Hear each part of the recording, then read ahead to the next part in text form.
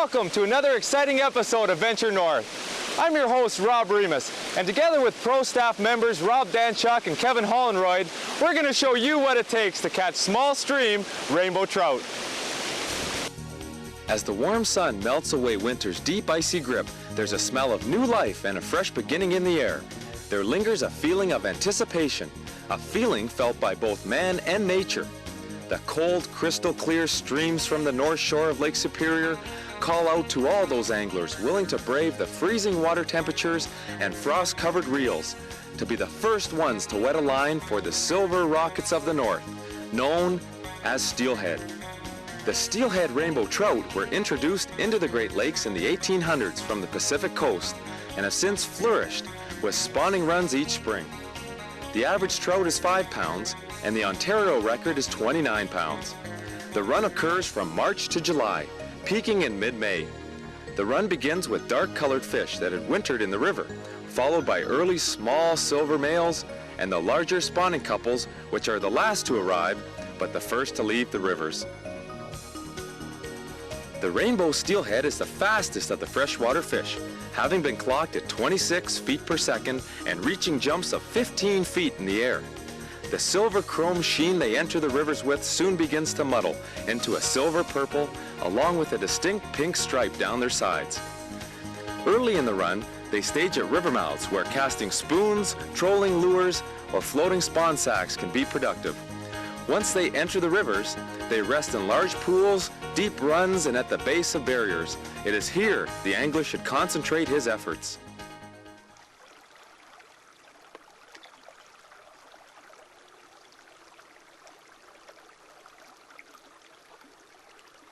Got her. There's a beautiful steelhead. Whoa! Woo! This is what it's all about. Woohoo! Whoa! Come on over there. Whoa! Drag him over those logs.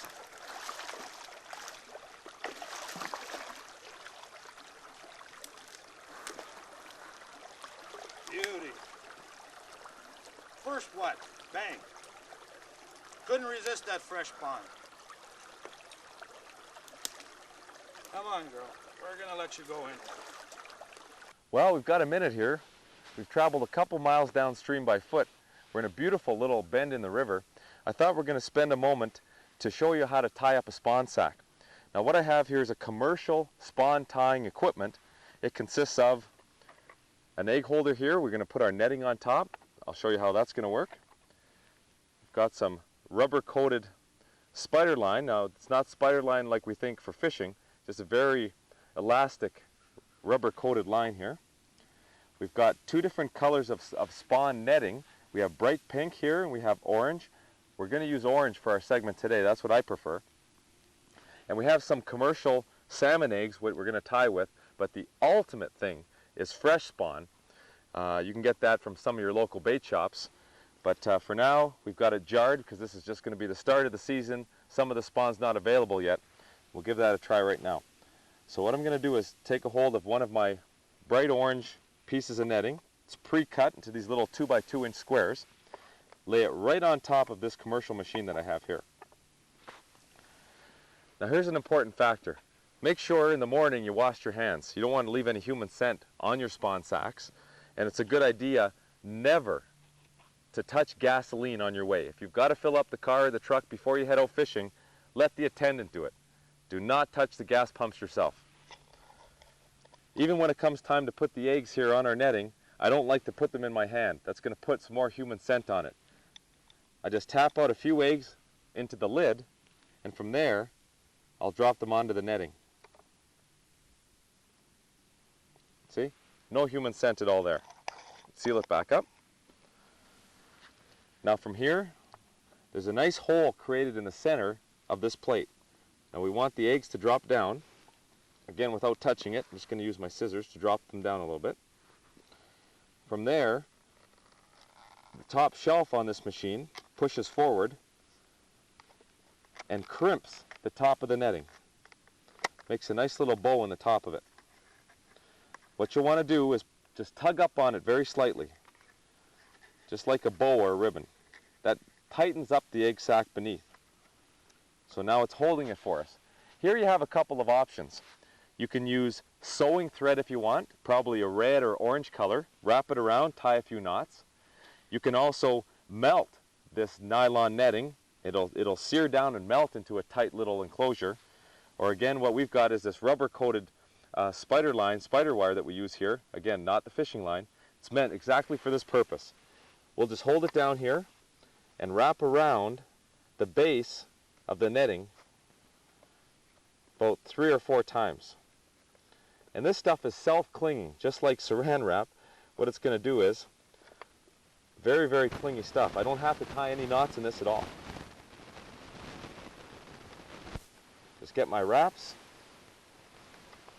give it a little tug to tighten it up,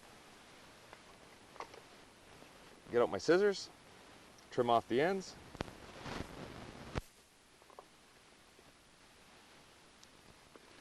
From there I should be able to open up this encasement now.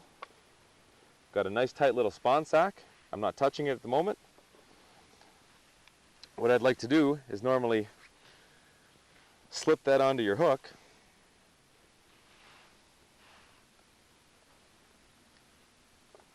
Again, not touching it. And from there, I'll simply trim back the excess.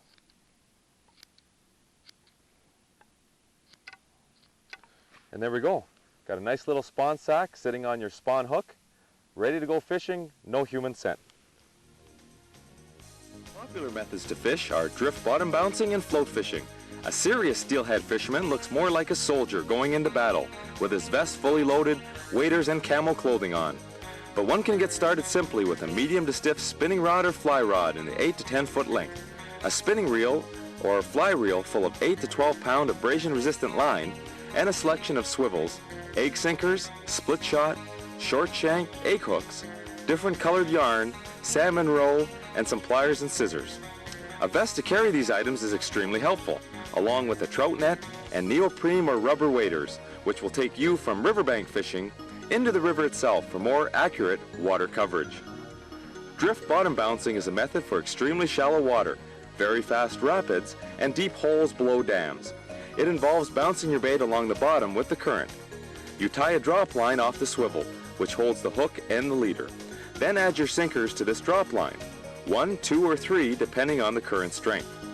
Your leader and hook should be back about 12 to 14 inches from the swivel, and even shorter in extreme currents, as the only way to catch a steelhead is to keep your bait on the bottom. The feel for this is all important. Your sinkers will telegraph rocks, sand, and logs, and if a soft slowing is felt, set the hook. It's most likely a fish. This feeling may take some time to acquire, but once learned is like riding a bike. Float fishing is a method of adding a float or bobber to your line, and then adding sinkers to your main line in a pattern matched to the depth and current you're fishing at the time. This method is easiest for beginners and is best for slow pools, runs, and cold weather conditions. The float is taken by the current naturally, and a strike is indicated by the float moving in a different direction or if it disappears completely. While we have a moment, I want to show you how to tie a yarn fly, something that we've been using so extremely successful here on the river.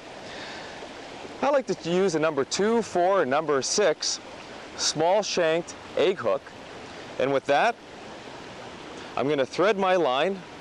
I'm using about 8 pound abrasion resistant line.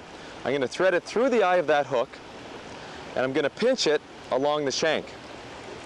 Then what I'm going to do is twist it over top of the shank and the hook itself about 4 or 5 times.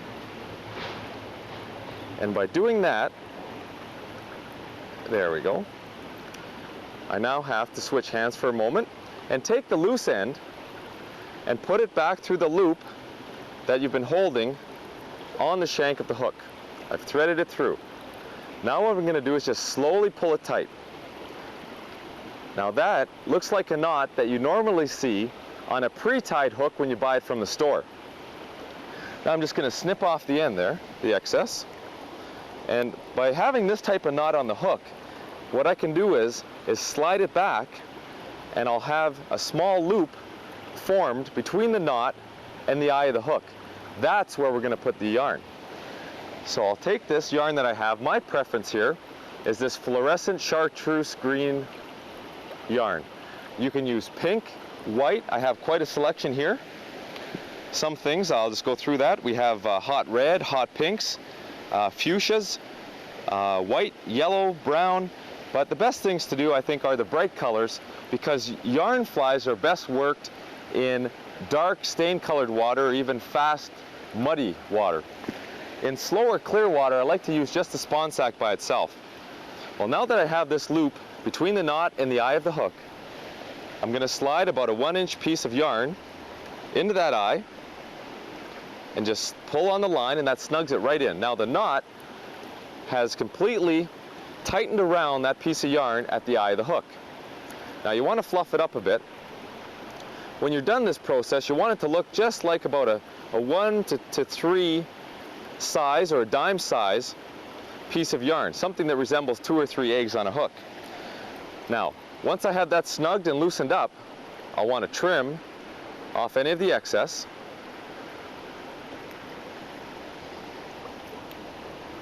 And then another way to make sure it looks right when it will appear in the water is to wet it. So I'll drop that in the water for a second, take another close look at it. Now, and I have a little bit of loose ends here. I'm going to trim those up so it looks just like a nice round piece of fluff here, something similar to one of our spawn sacks. Wet it again. And there we have our yarn fly. Now, on the other end of this leader, I like to keep it about 12, 14 inches. When the water is extremely fast, you'll want to shorten the leader up. The reason for that is, the only way a steelhead is going to bite this is if you can keep it as close to the bottom of the stream and river as possible. So when the current's extremely fast, it'll have a tendency to pull that 12 and 14 inches straight up. So by shortening the length of that leader, will shorten the height that the current can take this yarn fly off the bottom. Now, for the other end, you have a choice here of using an ant swivel or a 3-way swivel. My preference is an ant swivel, and by using that, I'll have to use the line that I have here as my drop line. We'll tie that right now. Take your ant swivel. I prefer black. You can get these in brass, silver, gold colors, but I think the black is a little more natural in these streams. It might even pass as an insect or just some debris floating in the river. Now, I'll thread that through one of the sides of the ant swivel. I'll pinch it and tie myself an improved clinch knot. So I'm going to wrap that around there about 4 to 5 times. Then come back, same as an improved clinch knot or a fisherman's knot. Put it through the first loop and back through the loop that I had made there again. Tighten it up. And I'll want to have the excess will become my drop line. So I have about 4 or 5, 6 inches left over after I've tied that up.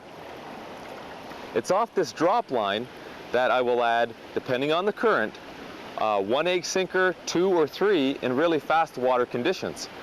Egg sinkers seem to work the best because you can only use 1 and it has enough weight. You can also put on split shot if you like, but you might need more of them to achieve the same weight that you're going to get in a larger egg sinker. So that's what the drop line's for. With the other side of the ant swivel, that's what you'll attach to your main line directly to the fishing rod. And once you've tied that up, put on your egg sinkers, depending on the current, you'll have your yarn fly ready to go. One extra tip is you can now tip this hook with a single salmon egg, a roe bag, or even later in the season, a small earthworm. All those are deadly combinations for small stream rainbow trout.